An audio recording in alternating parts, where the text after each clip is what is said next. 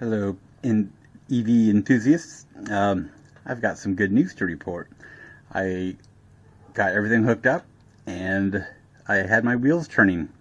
So I'm ready to start putting things together into their final form and get my 12-volt system all worked out and maybe put this on the road soon. So I lost my phone. That's why I haven't been able to update in a while. And I had some issues. I didn't want to upload a video that had wrong information or useless information, so I was waiting to get things worked out before I updated, and then I had lost my phone, but now I got a new phone, and hopefully it's going to record in kind of poorly lit conditions. So let me back up a little bit, and I had problems with my BMS not working, and I figured it out by myself. And in the meanwhile, I came across some pitfalls that anybody who's doing a similar setup very likely will face. One thing that was extremely important is these Tesla batteries.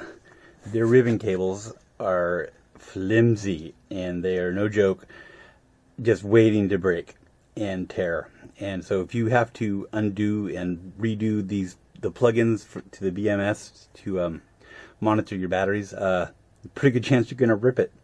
And I did that on I don't know how many batteries, like 4 of them I think. And I had to learn a good process for repairing these ribbon cables.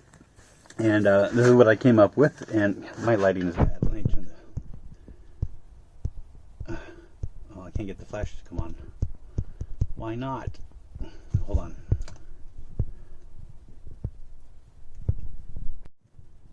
Alright. So, let's see if you can see this. So, these traces would break, and these have fusible links in there, and they tell you so if you short out, then you're going to have a burn in the trace here, and then so you have to go to where there's a good connection and then scrape off the surface of the ribbon cable over the trace that you need, and scrape it away, use some flux, and solder a wire on there. And I wish I had video of showing you that process, because it took me a while to get it down really good. But so, and then I highly suggest running hot glue down the length of the wire so that it doesn't wiggle very much. And I need to add some more to this one, it looks like, to keep it from ever damaging itself again.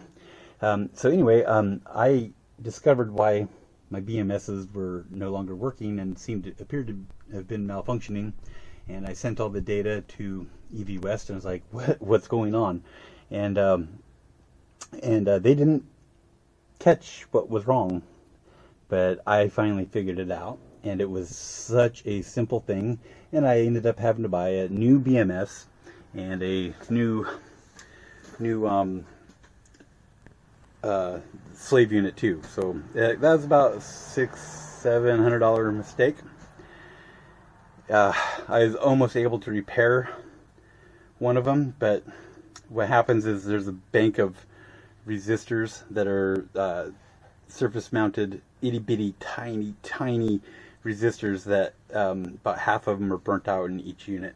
And so I tried to just order the new control unit, and then I tried to repair the slave unit, and using the parts from the burnt out unit, and I almost had it, but there's just too much, and it's too detailed, and it's beyond my capabilities, because I don't have the tools needed for that type of soldering and desoldering and whatever. And like, I need a microscope really to do it right. So I'm going to go into detail about what I had done wrong and how I corrected it. And but all the cells show up on the BMS, and it was a horrible process, mainly because of these traces on these Tesla batteries. It was a nightmare. But that being said, I'll go into the BMS wiring here in a bit. So after I got that figured out, and excuse my messy work area here because it's just been hair pulling lately, but that's about to change. So then we come to this. I was ready to test it, the motor and the controller and everything, and it gave me 4 faults. It was saying that let's see, did I write them down?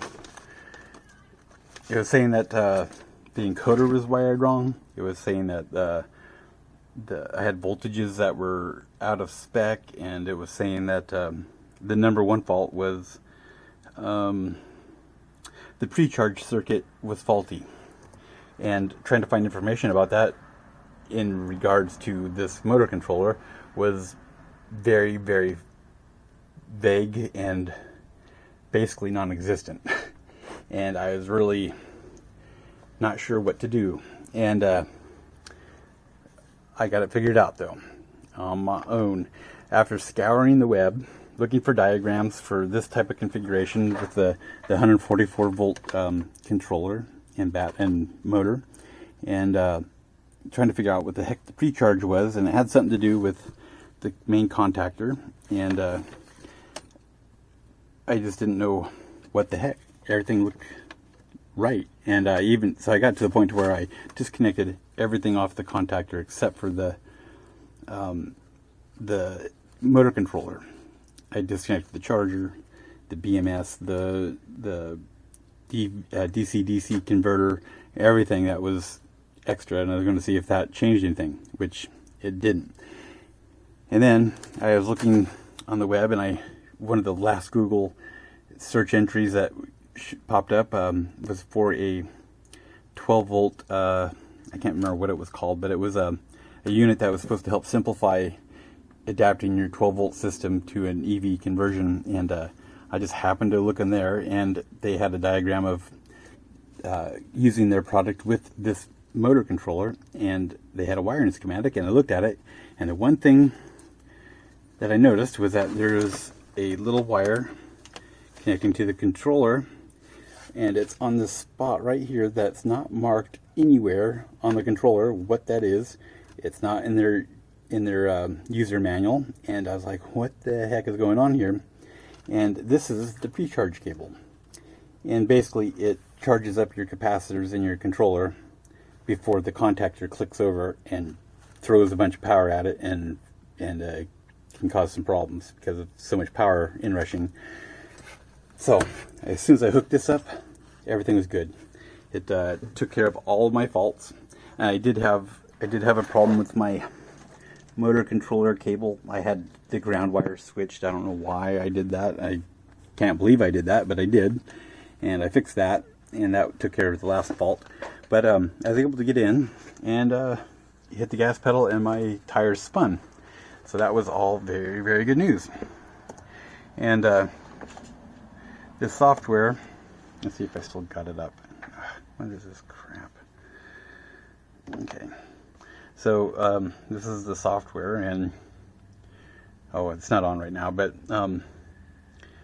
this software is pretty self-explanatory. It's way better than the BMS software is. It's much more user-friendly. It tells you a whole bunch of numbers, and you can set your parameters for like throttle response and when to cut the batteries and all that stuff. Anyway, so that's all good. So now my task is to I gotta get my contactor box a little straightened up so I can put the lid on it, and tighten up my wiring, because it was pretty tight there for a while, but trying to troubleshoot stuff, it got a little messy again. And I gotta make sure that my pump is working. I don't think that pump I got is worth a crap, so I might have to get another one of them. And then I'm also going to be considering getting a pump for the Tesla batteries. I'd like to be able to cool them and actually warm them. Would be nice for the winter time, so that they maintain their temperatures. And because I want them to last as long as possible because they're expensive as hell. So that's where I am at, and let's get into the BMS stuff, and so you don't make that mistake. Hi, so here's details on the BMS issue I had. What you're seeing now is the connections that go into the BMS from these are all connected to the battery. So one battery is connected to one 5-pin and one 7-pin, and these are the cells that are connected. So these take all the even numbered cells, and these take all the odd, which also corresponds to, this is the top of the battery ribbon cable, this is the bottom of the battery ribbon cable, and this is the next battery. So each these all get connected into one harness that plugs into the LTC, which is on the BMS. There's 2 of these, they have to be filled in order. So you have to fill your first LTC before you can plug in the second LTC. And there's rules about if you have incomplete, like if you don't have all those cells in that group, then there's procedures to do. But in my case, all the LTCs are filled, and so I don't have to do anything special. Other than my 4th LTC is just empty, but that's fine. So I verified and went over this and to make sure that this is all wired up right. And then my BMS wasn't reading the proper numbers that I could get with my multimeter. They were totally different, bizarre, and I was really pulling my hair out, and I wasn't sure what to do. And I sent a diagram to EV West, and they told me they found a mistake, but it wasn't the mistake that was causing all these problems. And the BMSs were getting extremely hot, very warm, and they said that shouldn't happen. And I'm like, well, it kind of seemed like they shouldn't, but they are. Anyway, so I finally figured out what the heck was wrong, and so yeah, here we go. So this diagram kind of shows you how the relationship between the batteries, the BMS cables, and the BMS connector. So 2 batteries get connected to one LTC connector, and so one battery has two connectors, a 5-pin, 7-pin, odd, even, and then same with this one, odd, even. And something to note is the polarity of these batteries.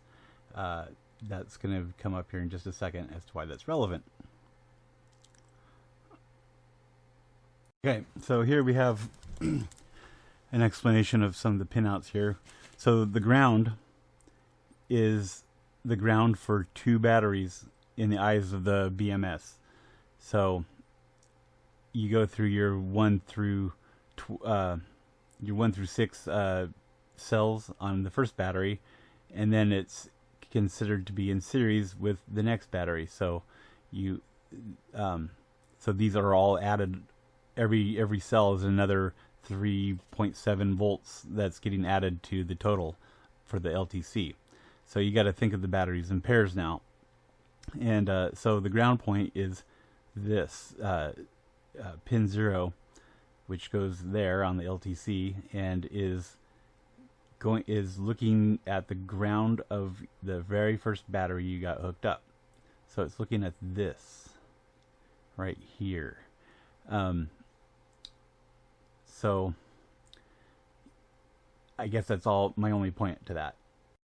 So here's a little breakdown of how the pinout relates to the batteries. Everything in the yellow circle on the LTC is battery 1, and then the blue circle is battery 2. The red circle is the ground wire that is for both batteries. Pretty easy to figure out. So in order to test these, and what the LTC sees for voltages is that it uses the ground point, and then it will measure from 0 to 1, and that's one battery. So you get like right around 3.7, and then 0 to 2, you get double that, and then 0 to 3, you get another 3.7 added, and so it just accumulates until you end up with right around 44 volts at the end. over here on 12. Now, what I was experiencing though was when I was measuring these, the first battery would be just fine, and then I'd go to 7, and all of a sudden I'd get some whacked number, and then 8 would be even more whacked, and pretty soon I'd have negatives, and I was like, well, I don't understand what's going on. Why doesn't it just keep adding? Because I had these connected, so they were in series, but all of a sudden half the battery pack was taking it negative and the other half was positive, and I just could not figure it out for the longest time. And then I finally got some inspiration and figured it out, and EV West didn't tell me to check this, and it's just is barely mentioned at all in the instructions of exactly this little pitfall here, and it ended up costing me about $600-700. So lesson learned. So this is where the polarity of the batteries and the order that you have them in becomes important. You if you notice the large positive on the left of battery 1 and then the negative on battery 2, and well, that causes a problem because then your ground is in the middle of these batteries, and it needs to not be, it needs to be at the beginning of the batteries, if that makes any sense. It took me a while to kind of wrap my head around this. So the solution to this was simply to swap batteries 1 and 2 so that their order was different. So that all of a sudden solved my problems, so that my battery cells incrementally went up as I went down the line instead of only halfway. And that appeared to solve everything and stopped the BMSs from overheating, and is a really simple thing. It's basically just the order I had the batteries, and so it's really simple to fix. So this is the original order I had my batteries. The positive starting here and the negative ending here, and that did not work out, and so I had to switch it up. So this shows the before and after, and kind of shows how easy the fix was. So this was the original that was causing my problems on the top, and then I switched it to the bottom half, and that fixed everything. And all I did was change the order that I went in, and that solved it.